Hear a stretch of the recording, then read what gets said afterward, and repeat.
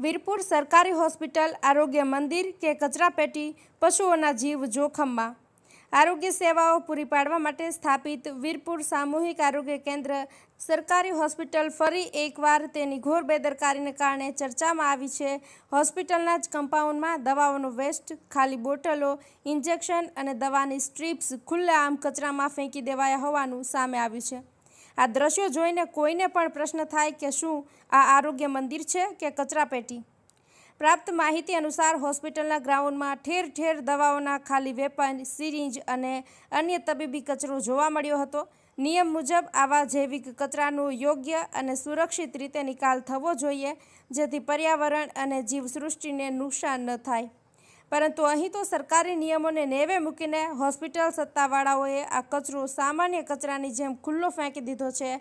આનાથી પણ વધુ ચિંતાજનક બાબત તો એ છે કે હોસ્પિટલના ગ્રાઉન્ડમાં ચરતા અબોલ પશુઓ, ગાયો અને કૂતરાઓ આ દવાનો કચરો આરોગી રહ્યા હતા.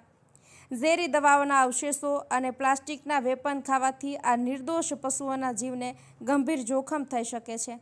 શું કોઈની બેદરકારીની સજા આ મૂંગા પશુઓને ભોગવવી પડશે? આ ઘટના વીરપુર સરકારી હોસ્પિટલના વહીવટકર્તાઓની ગંભીર બેદરકારી અને જવાબદારીહીનતા દર્શાવે છે.